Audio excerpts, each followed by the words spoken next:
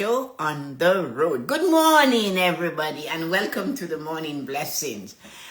Today is a beautiful sunny day, cold in the northeast, but beautiful.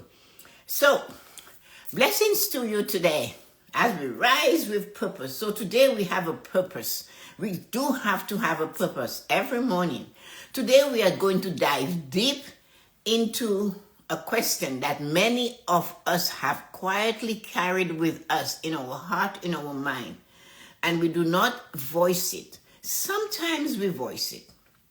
So, am I giving up on the project or am I giving up on myself? So, when you start something like 5 years ago, I got deep into social media. I was doing it on Facebook a couple of years before, nothing big, fooling around if you had no idea what I was doing. And it's tedious. It's challenging. It's like, you don't know where you're going. You're swimming. The water is mucky. Everybody's sawing around you and you're sawing down. And you're not grasping it. You're not holding on. That is my experience with social media. Some of you come on and you go, boom. I remember different people doing amazing. But when you take on a new project, we have to understand what we are doing. So when we start a new venture in our life, whether it is writing a book, starting a business, returning to school, or simply trying to better your life, there comes a moment when the wind leaves your sail.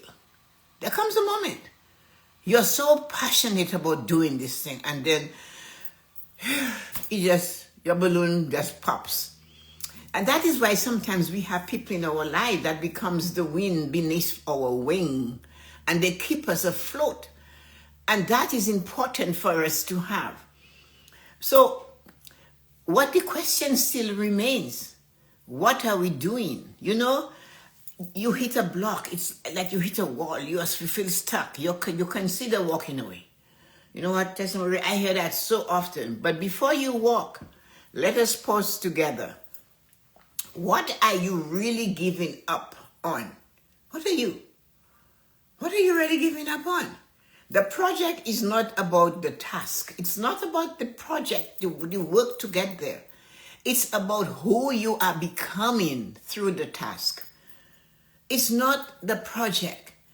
It's what it is transforming in you because of that task. So I ask again, are you giving up on the project or are you giving up on yourself? Answer that question. Feel it. Inflect on it. Let's look at the truth of it though. Every meaningful goal will come with challenges. Anything worth, you've heard the saying, right? Anything worth having is worth fighting for. A life, a relationship, a marriage, a commitment to the job. My other boss once, who was going through something, and he said to me, you know what, Tessa-Marie, you see these 2 people on my desk? That's why I'm taking that. This is why I'm here. And you could see that was his purpose. So it doesn't matter. Remember, it all comes as challenges for whatever we do. And you sometimes you go, every meaningful goal has its challenges, and you go and you say, and the moment the challenge appear, you begin to doubt yourself. And many of us just go, no, maybe I'm not ready for this. Maybe this wasn't meant for me. Maybe I'm just not good enough. But what if, just what if, the challenge is not here to stop you, but to shape you? What about that? What if that challenge is not there to stop you, but to shape you? What about that? Have you thought of that? We don't. Because you see, they never told us that after a challenge, we should continue. And especially nowadays, I have neighbors, the kids get a trophy not because they have succeeded, but because they participated. What is the level of that participation? What is it?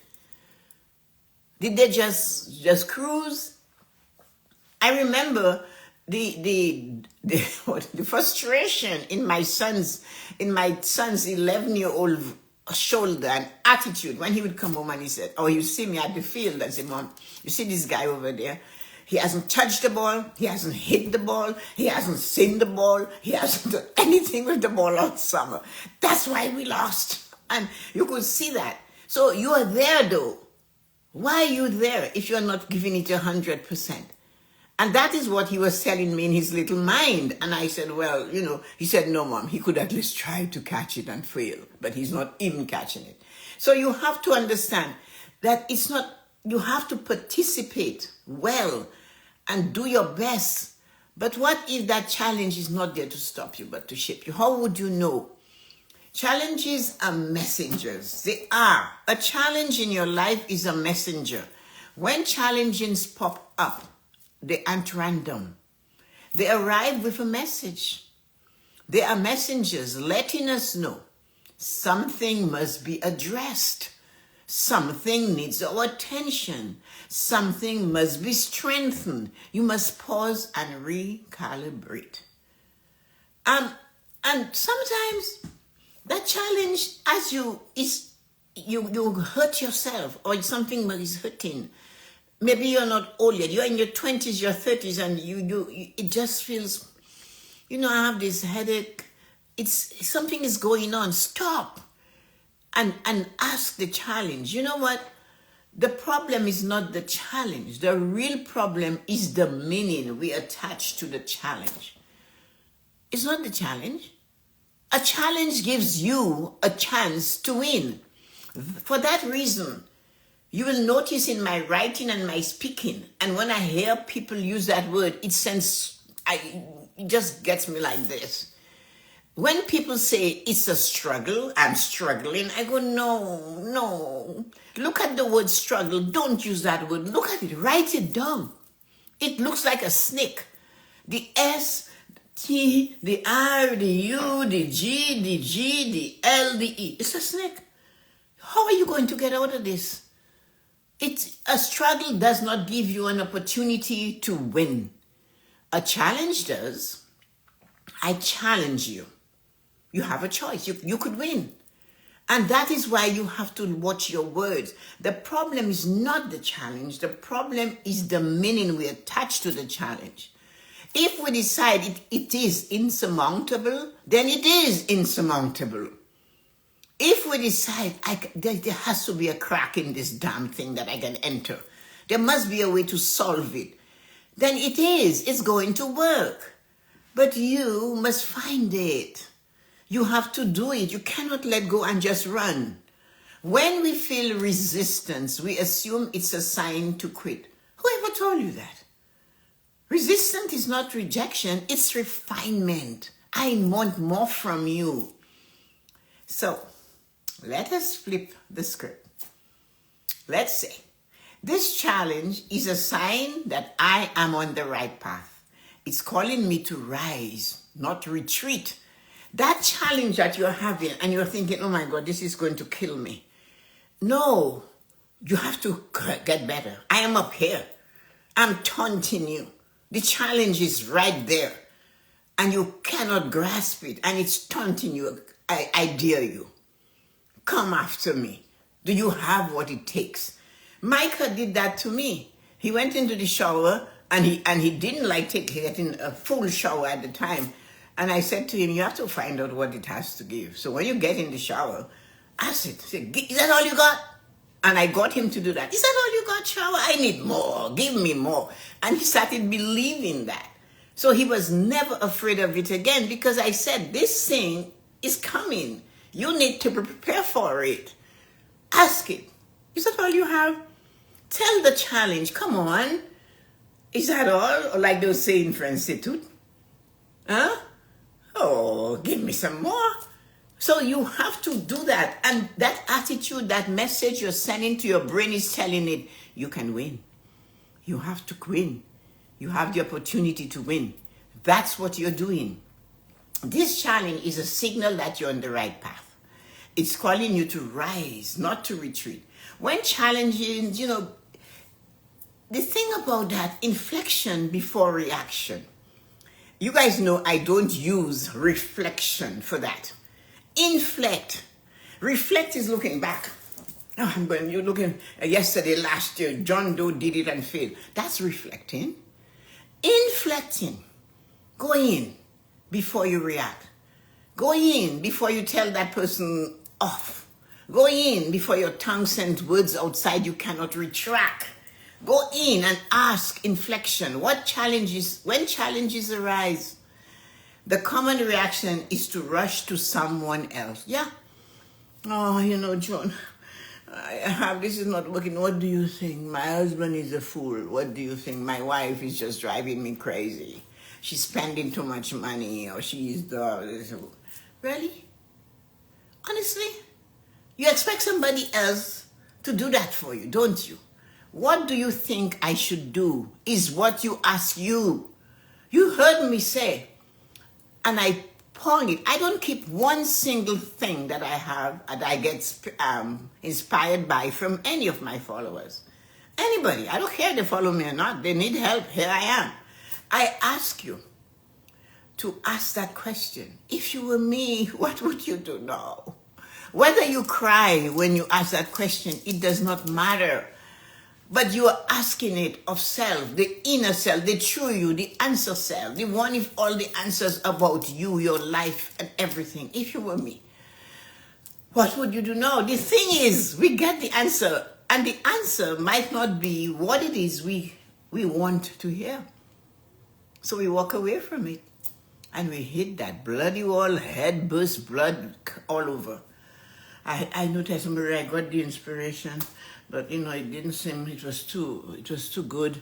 It didn't seem, yeah, but you asked the question, monkey. Then do it. Do you think I should give up? I like that one. Tessa-Marie, I've been working on that, saving money, paying off my credit card, and you think I should give up now? I am like that, huh? I am like a deer in the headlight. Why? Why no? How much have you paid off? 500, but it's not going down. I said, how much have you paid off? 500. I said, so it went down by 500. So what about if you continue and by the end of the year it goes down by 1,000? It's better than last December, isn't it? Yeah. But I know the rules because I work with TD Bank. I work for decades with them. So I understand the rules that you have to paying it down. But the person that has never worked in a financial institution is going to tell you, do you think, oh, well, you know what? I have been trying to pay mine for a long time and I just cannot do it. So if I were you, just pay the minimum. No, wrong advice. That's why you go inside. Would you do this? That is the one. Would you do it? Would you do what I'm aiming to do? What do you think they're going to say to you? Tell me. No. But we ask these questions anyway. When we do not have to go outside of ourselves, all we need to do is to find a corner. A corner. Even while you're riding the subway, even while you're on the bus. You know how many things I created taking the bus to work downtown and the subway? Do you know? I wrote, I read, I dreamt, I visualized. All of them came true. But most of the time, we ask people who have never walked this path. They have a size 7 shoes, and you're telling them about your size 10 feet. They're going to get it. They don't know. They don't know what a size 10 foot looks like. One size 10 is 2 of theirs. And you want them to be able, you have this big mind that visualizes, that creates, that sees visions and pictures, and you're asking somebody who is clouded. And the thing is that we know they're clouded. We know that, We know that. They're our friends. We know that. They're not going to do it. They're quiet. They like the status quo. They're going to sit there and let the waves and ride the waves. So, but you do not want to let the wave move you. You want to take the wave and shift it. Then you need to go inside. So we ask people who's never been in the path, who have never built what you are building or dare to dream like you. You know that. So instead of deflecting, we must inflect. Go in.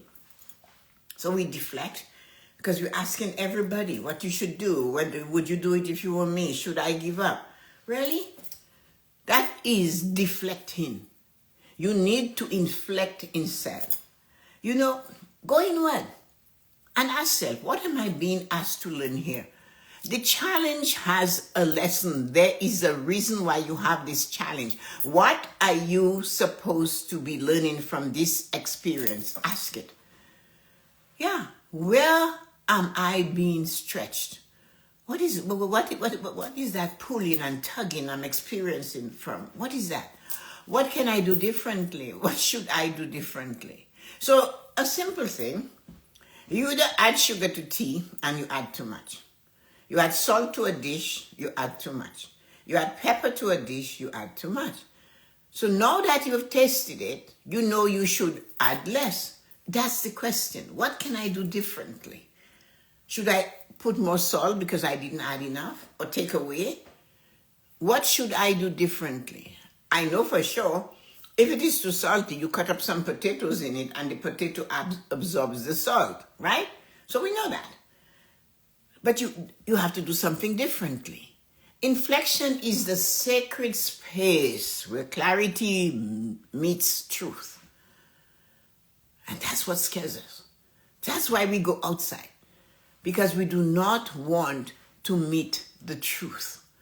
Because the truth, we already know. The thing is, we know that we're not applying ourselves properly. So, quiet conversation with the challenge work. Like I said to my grandson, ask the shower if that's all he's got. It's not strong enough. If that's all you got, stand up there like a man and ask it to give you more. Talk to the challenge and say, well, yeah, take a deep breath when you're going to run a race, don't you? I saw Kylie at 5 jumping from the chair to the couch. She takes a deep breath. I don't know where she learned it, but she flew. So let's do something radical together. Let's do this together. Right now, that challenge you have, call it forward. It could be a pain. It could be discomfort.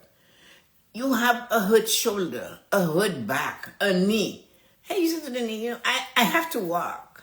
I have to. So you either come along or you stay behind. Choose. Somebody hearing you say that is going to think that woman is crazy. But if it makes you feel better and the challenge subsides for a minute, then you're winning. Who cares?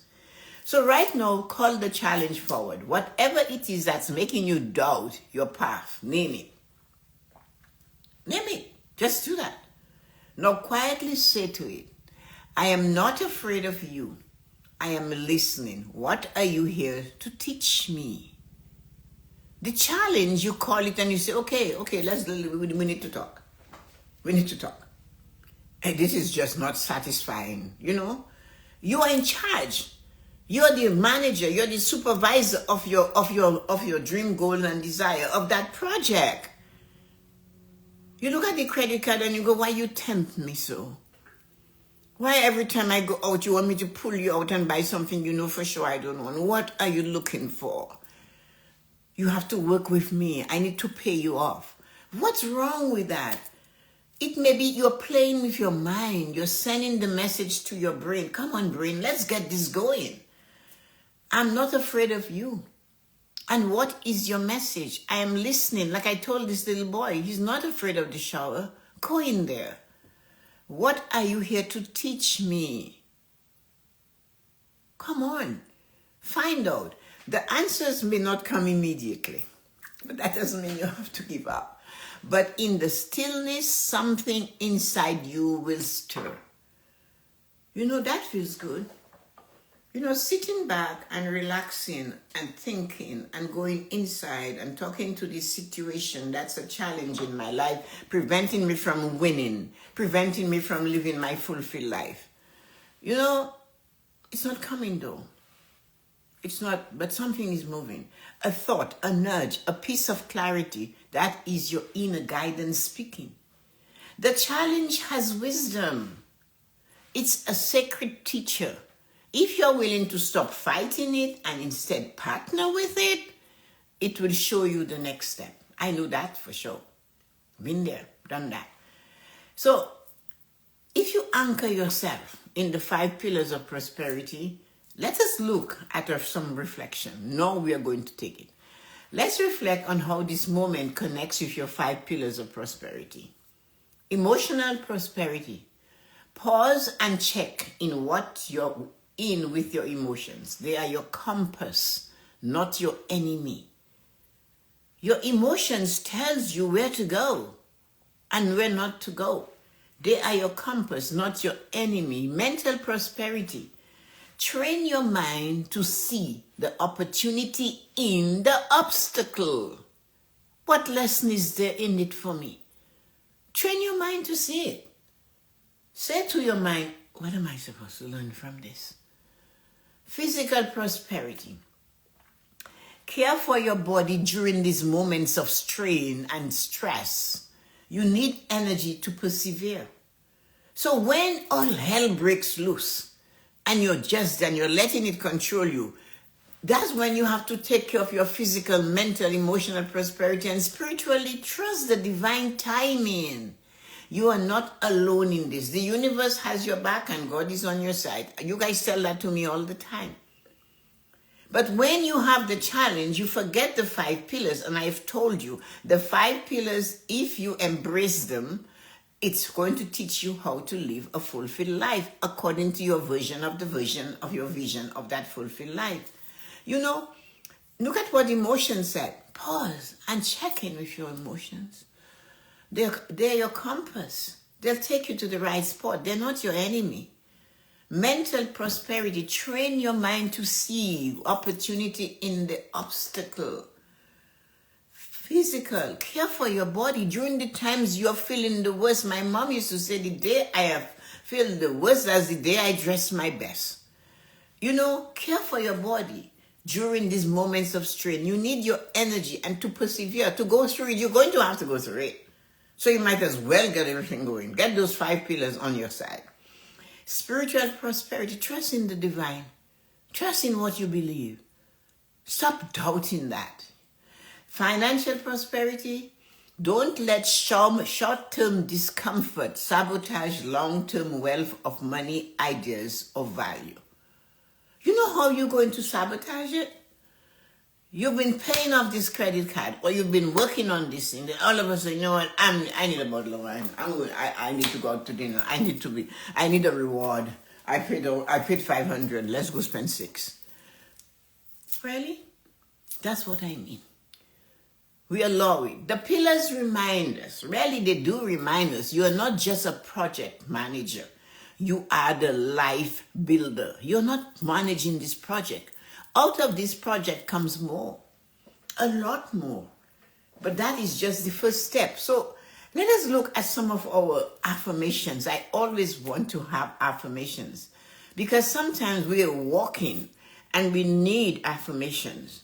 We need to have them. If not, when we get to our destination, we will get hurt again.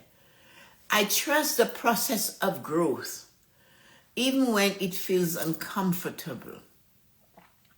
Right? I trust that. It's not easy, but I have to. I will not give up on myself, no matter how tough the challenge. I can't stop doing this. I cannot stop. I know the chips are in the cupboard. I know all the fattening foods are waiting for me. I know eating constantly late at night is not good, but I'm not going to give up on myself. I fell today. I'm going to stand up and go tomorrow.